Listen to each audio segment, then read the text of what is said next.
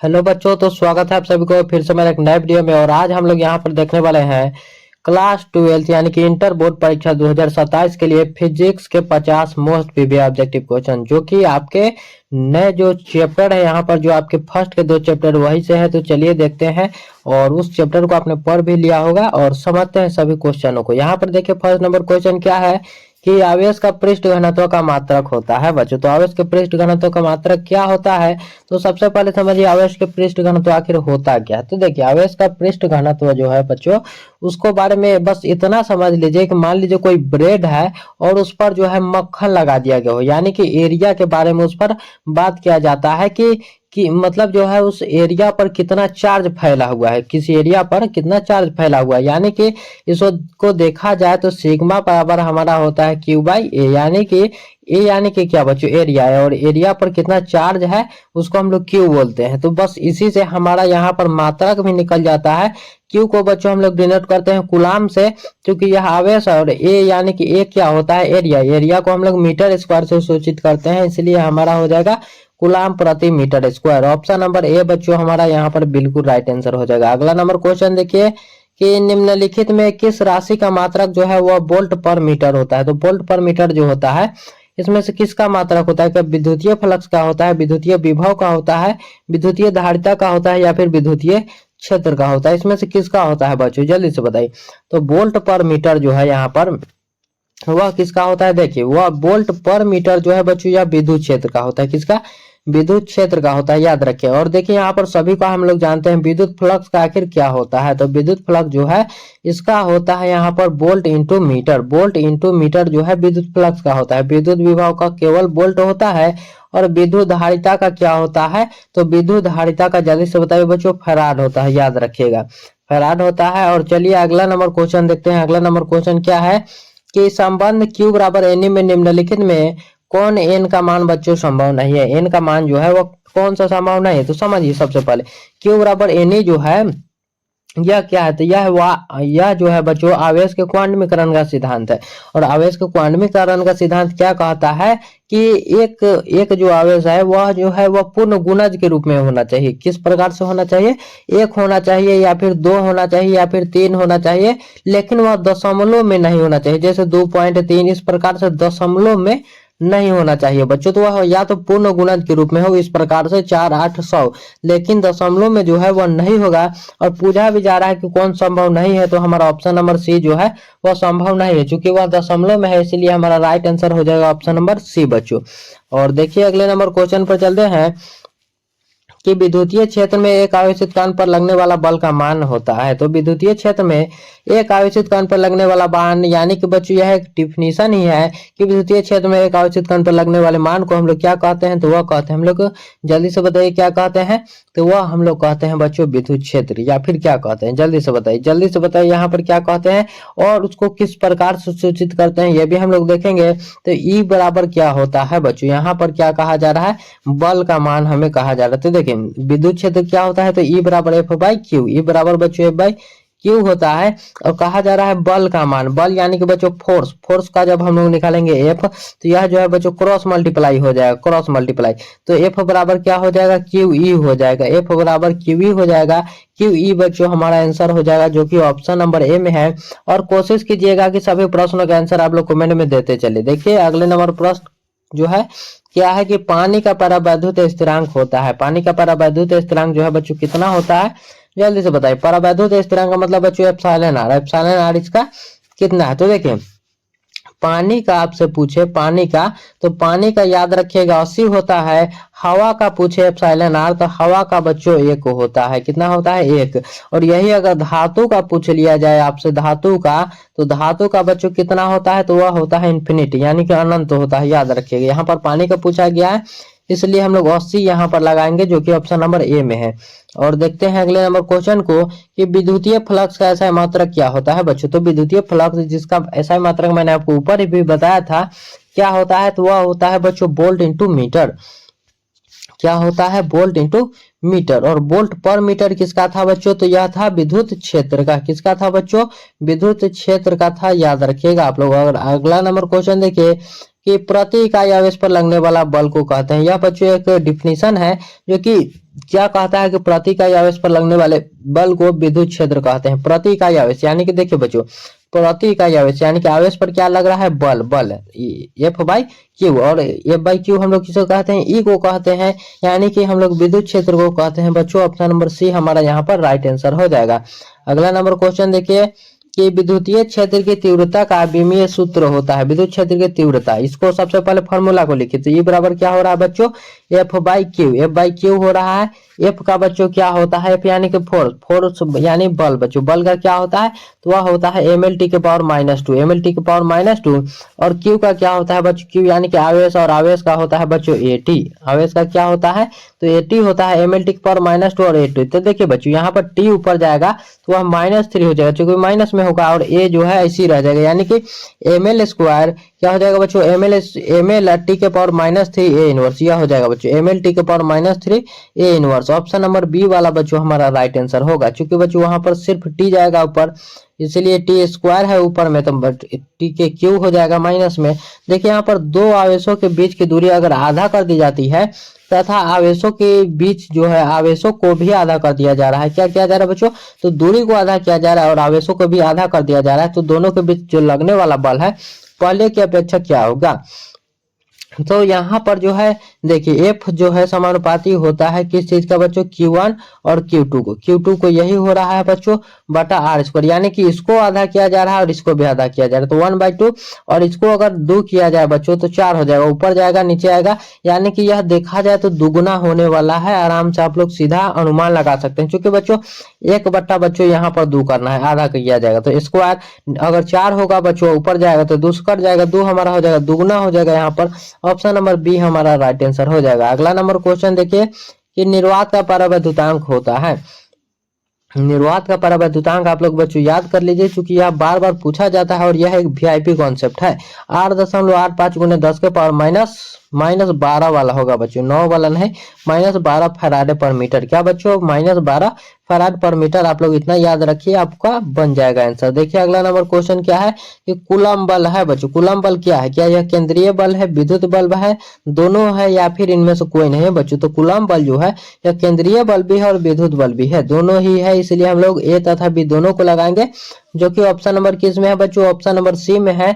Option number C हमारा यहाँ पर राइट आंसर हो जाएगा। और देखिए अगला नंबर प्रश्न, यदि समरूप विद्युत क्षेत्र एक्स की दिशा में विद्यमान है तो समविभव कितना होगा। यदि समरूप विद्युत क्षेत्र जो है बच्चों एक्स अक्ष की दिशा में है तो विद्यमान है, तो बच्चों यहाँ पर समविभव क्या होगा। समविभव देखिए यहाँ पर सबसे पहले एक्स और वाई और जेड तीनों को लिख लीजिए। यहाँ पर देखिए क्या दिया गया, एक्स दिया गया है तो एक्स को घटा दीजिए, जो बच गया वही हमारा आंसर हो जाएगा। अगर एक्स के जगह पर हमारा यहाँ पर वाई दिया हुआ होता तो वाई को हम लोग घटा देते और एक्स जेड हमारा आंसर हो जाता है, लेकिन यहाँ पर क्या दिया गया है, यहाँ पर दिया गया है बच्चों एक्स, तो हमारा क्या हो जाएगा, एक्स को घसेंगे और बच क्या जाएगा, वाई जेड। तो वाई जेड हमारा यहाँ पर बच्चों आंसर हो जाएगा, वाई जेड तल की दिशा में, ऑप्शन नंबर सी। इस प्रकार से आप लोग ट्रिक से इसको बना सकते हैं। देखिए अगला नंबर प्रश्न कि स्थिर विद्युतीय क्षेत्र होता है बच्चों। तो स्थिर विद्युतीय क्षेत्र क्या होता है, तो यह होता है बच्चों संरक्षी यानी कि कंजर्वेटिव होता है, याद रखिएगा। क्या होता है बच्चों, संरक्षी होता है। ऑप्शन नंबर ए यहाँ पर हमारा राइट आंसर हो जाएगा। देखिए 1 कूलम आवेश बराबर कितना स्टेट कूलम होता है। 1 कूलम आवेश जो है वह कितना स्टेट कूलम के बराबर होता है, तो वह होता है 3 गुने 10 के पावर 9 स्टेट कूलम के, 3 गुने 10 के पावर 9 स्टेट कूलम के बराबर होता है बच्चों। ऑप्शन नंबर ए जो है हमारा बिल्कुल राइट आंसर हो जाएगा। और देखिए अगला नंबर प्रश्न की समानांतर प्लेट संधारित्र के प्लेटों के बीच परावैद्युत पदार्थ डालने पर संधारित्र की धारिता क्या हो जाएगी, तो संधारित्र की जो धारिता है बच्चों वह बढ़ जाएगी, क्योंकि क्या डाला जा रहा है उसमें, परावैद्युत पदार्थ डाला जा रहा है। याद रखिएगा क्या डाला जा रहा है, परावैद्युत पदार्थ को डाला जा रहा है, तो उसकी धारिता क्या हो जाएगी, तो बढ़ेगी ही बढ़ेगी, याद रखिएगा। और देखिए यहाँ पर 64 समरूप बूंदे जिनमें प्रत्येक की धारिता 5 माइक्रोफैराड है, मिलकर एक बड़ा बूंद बनाते हैं, तो बड़े बूंद की धारिता यहाँ पर क्या हो जाएगी बच्चों, तो इसका बड़ा ही एक आसान चीज है। सबसे पहले जो बड़ा बूंद है और छोटा बूंद है दोनों को यहाँ पर जो है क्या कर दीजिए, धारिता के साथ इसको गुना कर दीजिए। किस प्रकार से करेंगे, तो 64 है बच्चों, तो 64 का सबसे पहले घनमूल निकाल लीजिए, यानी कि 1/3वां भाग निकाल लीजिए और 5 यहाँ पर गुना कर दीजिए, तो क्या हो जाएगा यहाँ पर, यह हो जाएगा बच्चों 4 और यह हो जाएगा 5, यानी कि 4 का ही क्यों होता है 64, इसलिए 4 हमारा निकल जाएगा। तो 4 गुना 5 कीजिएगा तो कितना हो जाएगा, 4 5 20 हो जाएगा बच्चों। 20 हमारा यहाँ पर आंसर हो जाएगा, 20 माइक्रोफैराड यहाँ पर आंसर होगा। ऑप्शन नंबर सी जो है बिल्कुल राइट आंसर हो जाएगा हमारा। और अगला नंबर क्वेश्चन कि किसी सूक्ष्म विद्युत द्विध्रुव के मध्य बिंदु से बहुदूर r दूरी पर अगर विद्युत विभव समानुपाती होता है तो किस प्रकार से समानुपाती होगा, उसके बारे में पूछा जा रहा है। तो भी जो है बच्चों वह किसके हो जाएगा, 1/r² के होना चाहिए। किसके बराबर होना चाहिए बच्चों, तो 1/r² के होगा, याद रखिएगा। ऑप्शन नंबर सी जो है हमारा राइट आंसर यहाँ पर हो जाएगा, क्योंकि विद्युत विभव के बारे में पूछा गया है। यहाँ पर क्या पूछा गया है बच्चों, विद्युत विभव के बारे में, याद रखिएगा। अगला नंबर क्वेश्चन देखते हैं। अगला नंबर क्वेश्चन क्या है कि वैद्युत द्विध्रुव के निरक्षीय स्थिति में वैद्युत विभव का व्यंजक क्या होगा। तो बच्चों यहाँ पर किस स्थिति में बोला गया है, निरक्षीय स्थिति में बोला गया है। निरक्षीय स्थिति जैसे ही आपसे बोले आप लोग शून्य लगा दीजिएगा, इस बात को आप लोग याद रखें, निरक्षीय स्थिति में शून्य होता है। और देखिए 19वां नंबर प्रश्न क्या है कि आवेशी चालक की ऊर्जा होती है बच्चों। तो आवेशी चालक जो है उसकी ऊर्जा होती है E बराबर हाफ CV², यानी कि 1/2 CV²। E बराबर 1/2 CV² बच्चों, जो कि ऑप्शन नंबर बी में दिया गया है। ऑप्शन नंबर बी हमारा यहाँ पर राइट आंसर हो जाएगा। और अगला नंबर क्वेश्चन देखिए कि एक परावैद्युत समानांतर पट्टिका की पट्टियों के बीच क्या हो, यहाँ पर बच्चों समानांतर संधारित्र के पट्टियों के बीच से डाल देने पर धारिता क्या होगा। परावैद्युत समानांतर पट्टियों के बीच यहाँ पर परावैद्युत पदार्थ डाला जा रहा है बच्चों। यहाँ पर परावैद्युत छूटा होगा, परावैद्युत पदार्थ डालने पर यहाँ पर क्या हो जाएगा, यह हमसे पूछा जा रहा है। तो अगर परावैद्युत डाला जाएगा तो यह क्या होगा बच्चों, बढ़ेगा घटेगा, जल्दी से बताइए वह क्या हो जाएगा। तो यह बढ़ जाएगा बच्चों, बढ़ जाएगा। ऑप्शन नंबर ए हमारा यहाँ पर राइट आंसर हो जाएगा। देखिए अगला नंबर प्रश्न कि धातु का परावैद्युतांक होता है। धातु का परावैद्युतांक बच्चों क्या होता है, तो मैंने आपको बताया था कि धातु का एप्सिलॉन आर जो है वह क्या होता है, तो अनंत होता है। अनंत यानी कि इन्फिनिटी होता है, जो कि ऑप्शन नंबर बी में दिया गया है उसका सिंबल। और देखिए अगला नंबर प्रश्न कि दो समान धारिता वाले संधारित्र को समानांतर क्रम में जोड़ने पर उसकी समतुल्य धारिता क्या हो जाएगी, क्या हो जाएगी इसकी समतुल्य धारिता। तो देखिए यहाँ पर समानांतर क्रम है और 2C को लेना है, समान धारिता वाले C यहाँ पर दिया गया, तो 2 C को आप लोग जोड़ दीजिए, 1 C 2 C क्या हो जाएगा बच्चों, 2C हमारा हो जाएगा। ऑप्शन नंबर ए हमारा यहाँ पर राइट आंसर, C जुड़कर हमारा 2C हो जाएगा। देखिए अगला नंबर प्रश्न की आवेशित संधारित्र पर संग्राहक पट्टिका और संघनक पट्टिका के आवेशों का योग होता है। तो संग्राहक पर देख लीजिए बच्चों होता है प्लस क्यू आवेश, कितना होता है, तो प्लस क्यू आवेश, और संघनक पर होता है बच्चों माइनस क्यू आवेश। दोनों को ही अगर जोड़िएगा, क्या कहा गया है, दोनों का योग, योग यानी कि बच्चों क्या होता है, जोड़ होता है। तो अगर दोनों को जोड़ भी दीजिएगा कितना हो जाएगा, एक पर प्लस एक पर माइनस, यानी कि घट हो जाएगा हमारा, 0 हो जाएगा। क्या होगा बच्चों, शून्य। मान लीजिए आपको मैंने 1 रुपया दिया और फिर 1 रुपया वापस ले लिया, तो आपके पास कितना बचेगा, शून्य बचेगा, बस वही हमारा आंसर होगा। और देखिए अगला नंबर प्रश्न क्या है कि एक समानांतर पट्टिका संधारित्र की धारिता के लिए निम्नलिखित में कौन सही है बच्चों, इसमें से कौन सही है जल्दी से बताइए। तो वह हो जाएगा epsilon not a by D. Epsilon not a by D जो है हमारा बच्चों ऑप्शन हो जाएगा आंसर, जो कि इस फार्मूला को आपने पढ़ा होगा और उसको प्रूव भी किया जाता है 5 नंबर में। देखिए 1 फराड बराबर कितना होता है बच्चों, तो 1 फराड बराबर होता है 1 CV इनवर्स, यानी कि 1 कूलाम पर वोल्ट। क्या होता है बच्चों, 1 C/V भी आप चाहे तो लिख सकते हैं, 1 कूलाम पर वोल्ट भी आप लोग लिख सकते हैं। देखिए विभव प्रवणता बराबर होती है बच्चों, तो विभव प्रवणता बराबर क्या होती है, dV/dx। dV/dx आप लोग याद रखिए बच्चों, जो कि किस में दिया गया है, तो यहाँ पर ऑप्शन नंबर सी में दिया गया है। ऑप्शन नंबर सी जो है हमारा बिल्कुल राइट आंसर है। देखिए 27वां नंबर प्रश्न की यदि समान धारिता C1 के n संधारित्र समांतर क्रम में जोड़े जाए तो तुल्य धारिता होगी। तुल्य धारिता क्या होगा बच्चों, देखिए C1 के n संधारित्र है, कितने हैं बच्चों, अगर मान लीजिए 2 संधारित्र रहते तो 2C होता, उसी प्रकार बच्चों n संधारित्र है, इसीलिए हम लोग NC लिखेंगे, NC1 यहाँ पर लिख देंगे, चूंकि NC1 दिया गया है यहाँ पर, तो NC1 हो जाएगा। C बराबर हमारा क्या बच्चों, NC1 हमारा हो जाएगा, यही हमारा राइट आंसर होगा। और चलते हैं अगले नंबर क्वेश्चन पर कि 6 माइक्रोफैराड के 3 संधारित्र उपलब्ध है, तो उनके द्वारा प्राप्त न्यूनतम एवं अधिकतम ऊर्जा क्या हो जाएगा, अधिकतम धारिता क्या होगा। तो सबसे पहले इसको समांतर क्रम में जोड़ेंगे, तो 6 + 6 + 6 क्या हो जाएगा बच्चों, 6 दूना 12, 6 तिया 18 समांतर क्रम में। तो एक तो हमारा 18 होगा, और देखिए 2 में 18 दिया गया है, तो अब श्रेणी क्रम में भी जोड़ते हैं, तो 1/6 1/6 + 1/6 6। तो अब देखिए हम लोग 6 एलसीएम हो जाएगा 1 + 1 + 1 यानी कि 3/6 हमारा आ रहा है। इसको काटेंगे बच्चों तो क्या आ जाएगा, यहाँ पर बच्चों क्या आ जाएगा, यहाँ पर हमारा आ जाएगा 3 है बच्चों, 3/6 आ रहा था, 3/6 आ रहा था बच्चों, कितना 6। तो इसको काटिएगा तो कितना हो जाएगा, यहाँ पर 1 हो जाएगा, यहाँ पर 2 यानी कि 1/2 आ रहा है। इसको उल्टा कर देना है तो क्या हो जाएगा, एक तो बच्चों हमारा 18 माइक्रोफैराड है और एक हमारा 2 माइक्रोफैराड आ जाएगा। ऑप्शन नंबर सी वाला जो है हमारा बिल्कुल राइट आंसर हो जाएगा। अगला नंबर प्रश्न देखिए कि परावैद्युतांक का ऐसा मात्रक होता है। परावैद्युतांक का ऐसा मात्रक क्या होता है बच्चों, तो कूलम स्क्वायर प्रति newton metre square, coulomb square प्रति न्यूटन मीटर स्क्वायर, जो कि ऑप्शन नंबर डी में दिया गया है। यही हमारा राइट आंसर होगा परावैद्युतांक का ऐसा मात्रक।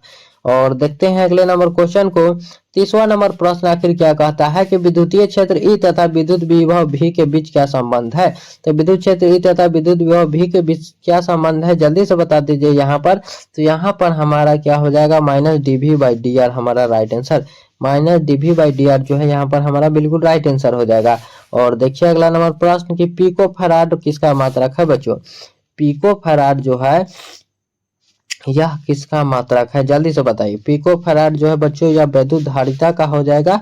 ऑप्शन नंबर सी बिल्कुल हमारा यहाँ पर राइट आंसर किसका बच्चों, वैद्युत धारिता का हो जाएगा।